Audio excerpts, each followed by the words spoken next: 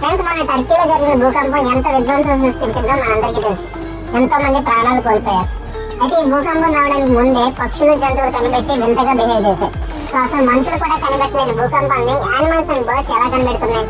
భూమి కంపించేటప్పుడు భూమి లోపల లో ఫ్రీక్వెన్సీ సౌండ్స్ వస్తాయి. ఈ సౌండ్ ఫ్రీక్వెన్సీ 20 హెర్ట్జ్ కంటే తక్కువ ఉంటాయి. ఇంత తక్కువ ఫ్రీక్వెన్సీ ఉన్న సౌండ్ ని మన చెవులు వినలేవు. మన చెవులు కేవలం 20 హెర్ట్జ్ నుండి 2000 హెర్ట్జ్ వరకు ఉన్న సౌండ్స్ మాత్రమే వినగలవు. 20 హెర్ట్జ్ కంటే తక్కువ ఉంటే వాటిని ఇన్ఫ్రాసోనిక్ సౌండ్స్ అంటారు. ఈ సౌండ్స్ ని కొన్ని జంతువులు మాత్రమే వినగలవు.